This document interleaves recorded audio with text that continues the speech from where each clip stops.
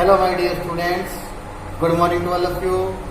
मेरे प्यारे बच्चों, आज मैं आपके लिए लेकर आया हूँ प्लस टू क्लास से बड़े ही इंपॉर्टेंट टॉपिक जैसे common potential difference and capacitance due to parallel plate capacitor when conducting and dielectric slab introduce between them.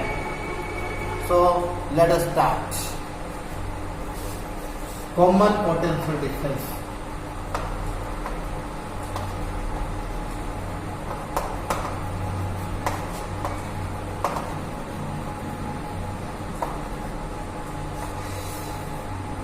बेटे मान लेते हैं हमारे पास दो कैपेसिटर है, तो जो फर्स्ट कैपेसिटर है उस पे चार्ज कितना है?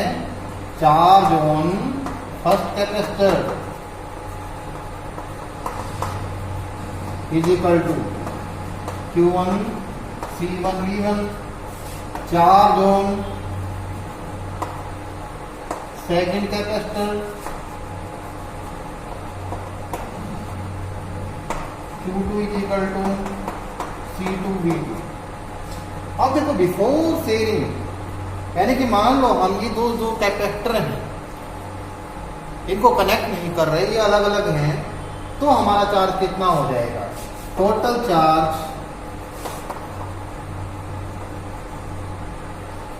बिफोर शेयरिंग, ये चार्ज कितना हो जाएगा? C1 V1 plus C2 V2। Total charge हो गया एक, तो क्यों मान लेता हूं मैं इसको। अब इतना ही चार्ज आफ्टर शेयरिंग रहेगा। मान लो जो ये दो कैपेसिटर हैं, हम इनको कनेक्ट कर देते हैं यूजिंग ए वायर, तो हमारा जो टोटल चार्ज होगा वो आफ्टर शेयरिंग भी इतना ही आएगा।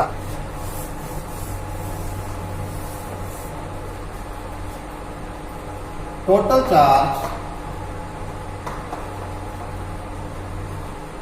आफ्टर शेयरिंग, तो बेटे चार्ज तो इतना ही रहेगा, क्यों? लेकिन क्या है, जो ये पोटेंशियल होते हैं, जैसे फर्स्ट कैपेसिटर है तो उसकी कैपेसिटेंस C1 है और पोटेंशियल किसका है, कितना है उसका? V1। ऐसे जो हमारा कैपेसिटर साइकिल है तो उसकी कैपेसिटेंस कितनी है? C2। और जो वोल्टेज है उसका पोटेंशियल है वो कितना है? V2। लेकिन ज्वाइन करने के बाद में अब क्या होगा, ये V1 और V2 खत्म हो जाएंगे, हमारे पास नई चीज आएगी, नया पोटेंशियल आएगा। उस पोटेंशियल का नाम होगा हमारा कॉमन पोटेंशियल। तो C1V प्लस C2V। तो ये बात बताओ बच्चों मेरे, क्लियर हो गई या नहीं? तो ये बात बताओ मेरे प्यारे बच्चों, आपको क्लियर हुई या नहीं? इसका मतलब चार्ज दोनों बराबर हैं, तो हम क्या लिख सकते हैं? So we can right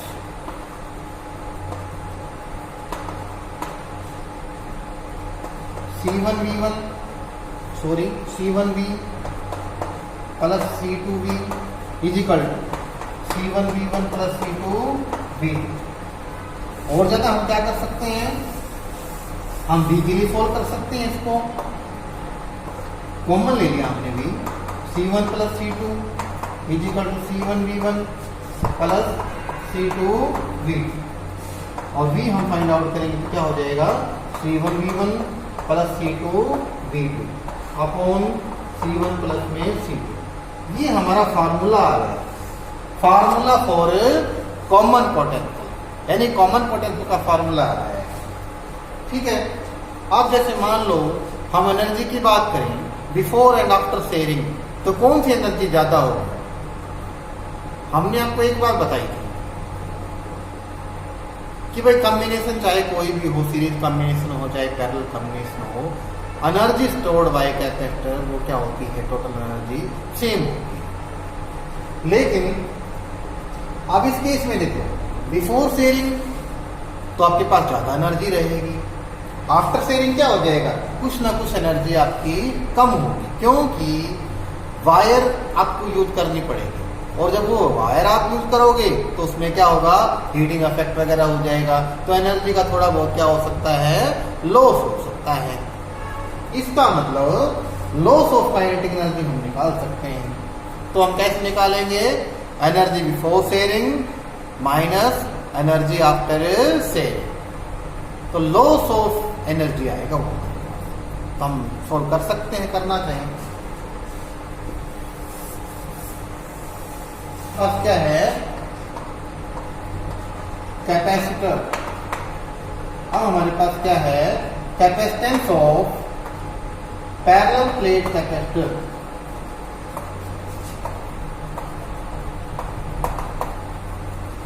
When a conducting slab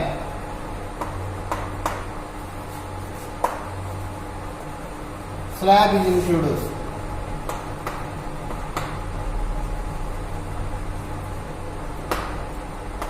देखो मेरे प्यारे बच्चों, ये हमारे पास क्या है? ये हमारा पैरेलल प्लेट कैपेसिटर है और ये हमारी क्या हो गई? ये हमारी कोई कंडक्टिंग स्लैब हो गई। इलेक्ट्रिक फील्ड इंटेंसिटी स्टार्टिंग में कितनी है? हम मान लेते हैं, चलो E नोट हो गई, ठीक है। और इसके अंदर इलेक्ट्रिक फील्ड इंटेंसिटी कितनी है? वो हमारी 0 हो जाएगी। वो हमारी कितनी है?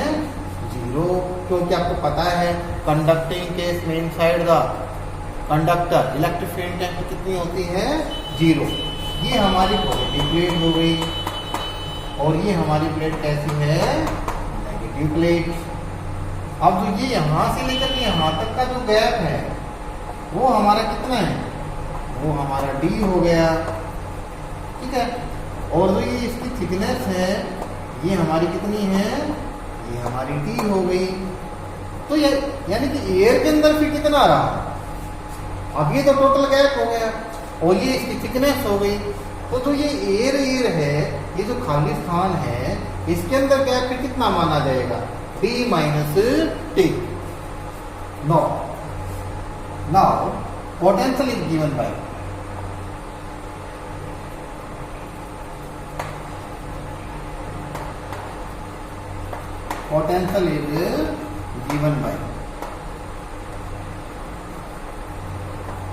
V is equal to E into D minus T, क्योंकि V is equal to E into R होता है और R के स्थान पे हमारे पास क्या आ गया?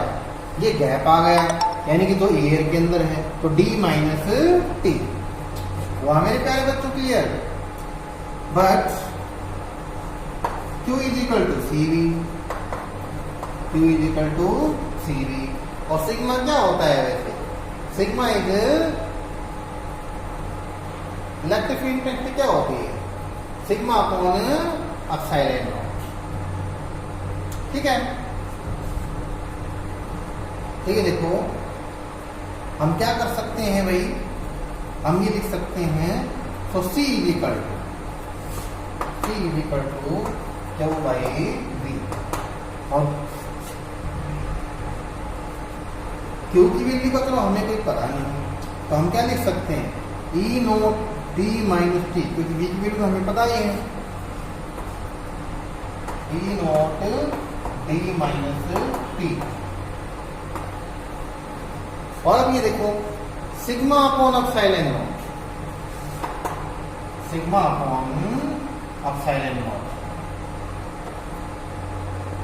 ये हमारी वैल्यू होती है।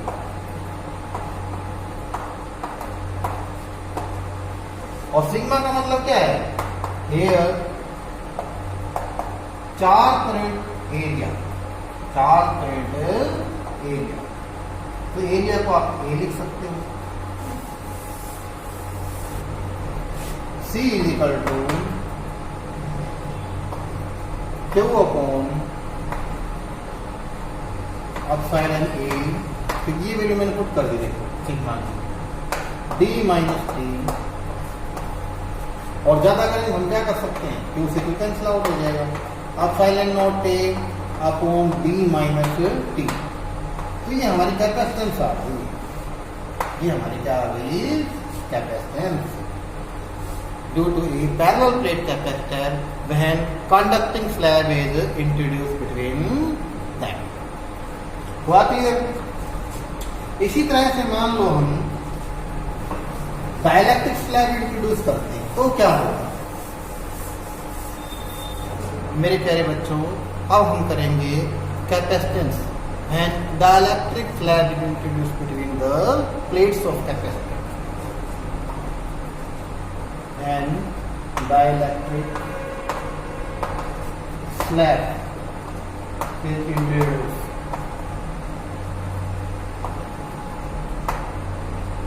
between the plates of capacitor. Plate of capacitor. तो उसी तरह हम कंसिडर कर लेते हैं. Let us consider a parallel plate capacitor.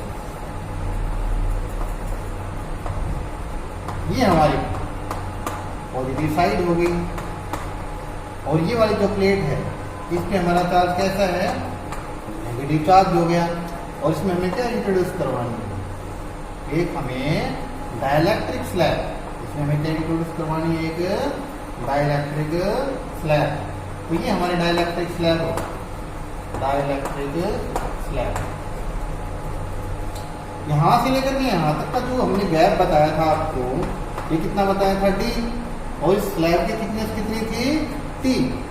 तो जो एयर है हमारी, ये जो गैप है, इसमें हमारा ये गैप कितना हो जाएगा, d माइनस टी, क्योंकि तो थिकनेस किसकी है, स्लैब की.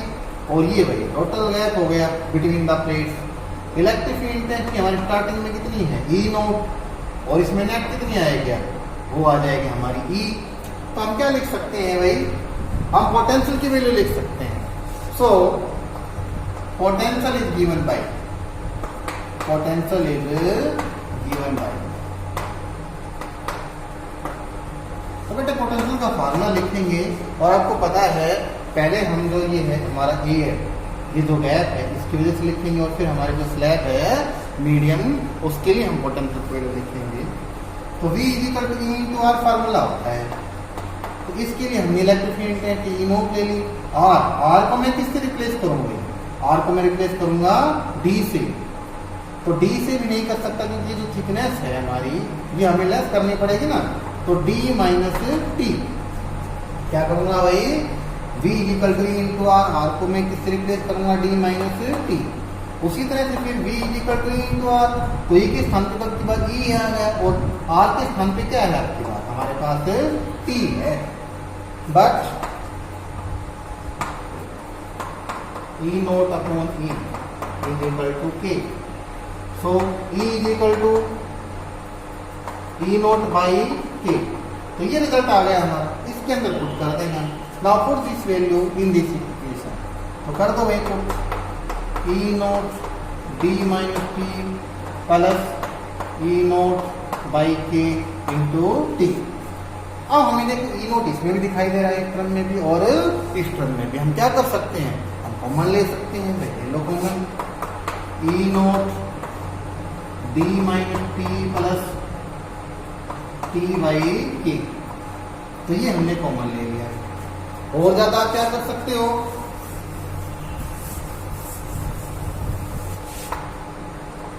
But Q is equal to C. तो हमारा मेन एम तो क्या है, C फाइंड आउट करना. तो C is equal to Q by V. और V की वैल्यू हमारे पास आई हुई है. Now put the value of V, value of V. तो कर दो भाई पुट. तो पुट करेंगे तो हमारे पास क्या होगा,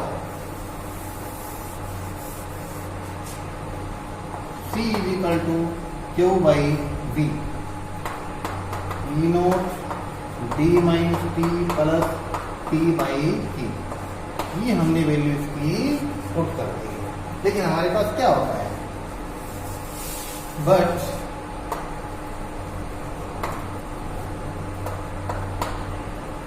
E is equal to sigma upon epsilon nought. तो यहाँ पे E नोट है, कोई बात नहीं, हम E नोट ले लेंगे. और ज्यादा क्या कर सकते हो, और E नोट सिग्मा का मतलब क्या होता है, चार करंट है, चार करंट. ये हमने क्या लिख दिया. तो हम वैल्यू पुट कर देंगे. Now put the value of E nought in this equation. So C is equal to Q upon E nought का रिजल्ट कितना है, Q by epsilon not A, ये हमारी वैल्यू है ई नॉट की। और ये जो फैक्टर हमारे ये सेम आएगा, ये ब्रैकेट वाला है ये टी बाई के, ये मैंने सेम लिख दिया। और ज़्यादा मैं क्या कर सकता हूँ, 2 से क्यू लाउट कर सकता हूँ भाई। So C is equal to epsilon not A, तो इन्वर्ट हो जाएगी value D minus T plus T by T. तो ये हमारी कैपेसिटेंस आ गई in case of parallel plate capacitor when dielectric slab is introduce between them. ठीक है, ओके माय डियर स्टूडेंट, हम जल्दी आपसे मिलेंगे हमारे नेक्स्ट वीडियो में। Till then